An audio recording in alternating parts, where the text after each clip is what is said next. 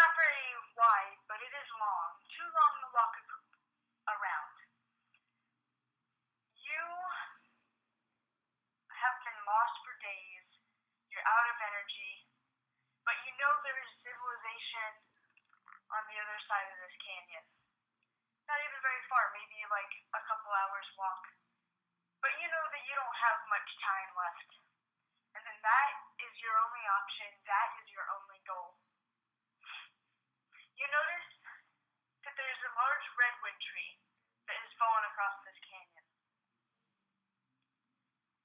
You go to approach it because you know that this may be your only option for survival. This may be your only option to reach your goal. But you are deathly afraid of heights. As you approach this tree, your heart rate goes higher and higher. You are afraid that you could fall. You are afraid that you won't make it across that canyon. But when you approach this tree, you realize it's not even that wide. I mean, it's not even that narrow. It's about 2 feet wide. Like, it's easy to walk across something that's 2 feet wide, right? We do it all the time. We walk curbs. It's pretty easy to walk on curbs. I'm sure you've all, like, balanced on things. But as you step under this tree, you think, okay, this should be okay. I might be fine. But as you get further off the canyon, you become more and more afraid. You start thinking, I'm going to fall. I'm going to fall. I'm not going to make it. I can't do this. I can't do this. Your adrenaline pumps. Your heart rate rises. Your mind is cluttered and crowded with all this fear, with all this worry that you won't be able to make it, that you're not good enough, that you will lose your balance and you're going to die. Your muscles tense up, you can barely move anymore. Your vision becomes clouded, it becomes blurry, you become dizzy, you begin to sway. You cannot focus, you can barely stand. And suddenly, everything goes black.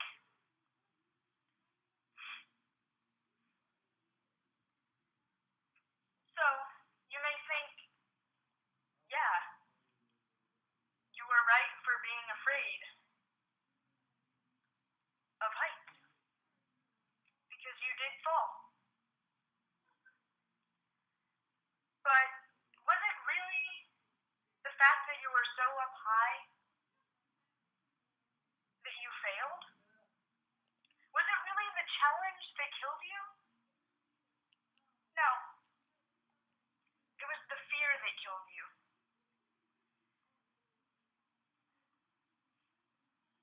Fear, anxiety, stress actually impedes our ability to make decisions, to think. Oftentimes, it is the fear of doing something that is much greater than the challenge itself. And if you let fear overcome your willpower, you will be defeated. Have you ever noticed that when you are studying hard or trying to take a test, your mind locks up? Especially when you're really, really, really trying to focus and you are worried that you're going to fail this test. It blocks your mind. Fear is not helpful when you are already in the situation. And then there are people that are afraid of drowning, so they will not learn how to swim. Where's the logic in that? You are afraid of drowning,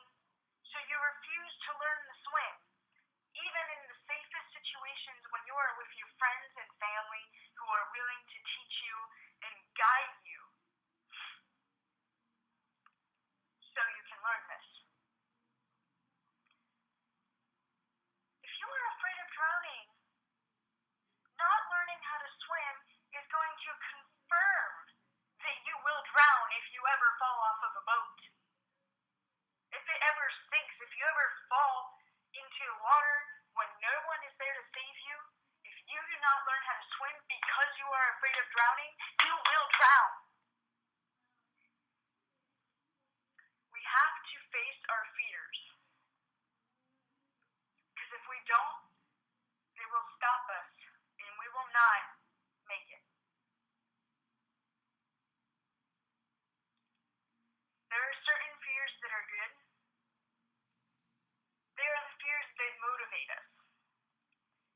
Maybe if you're afraid of failing or not being able to reach your goal and it motivates you, that's a good fear. Or the fear that makes you fight for survival, that's a good fear. But too much fear will only confirm your worries. When you are afraid, you are 3 times more likely of failing than when you are not.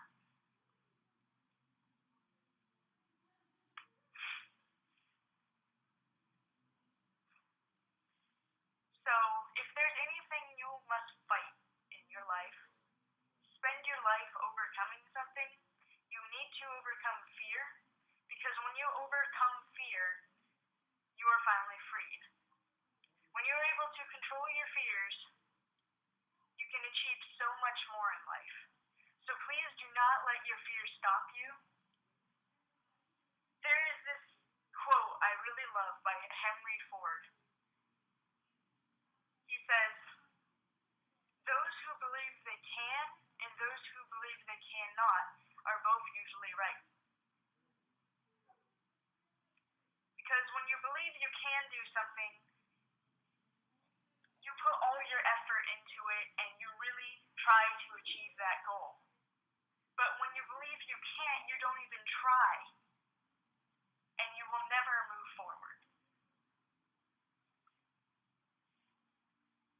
So in this class, if you're afraid that you're not a great public speaker, and you're afraid that you might stutter,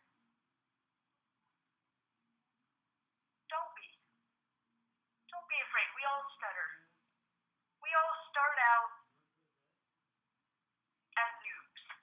We'll use noobs. This is a nerd school.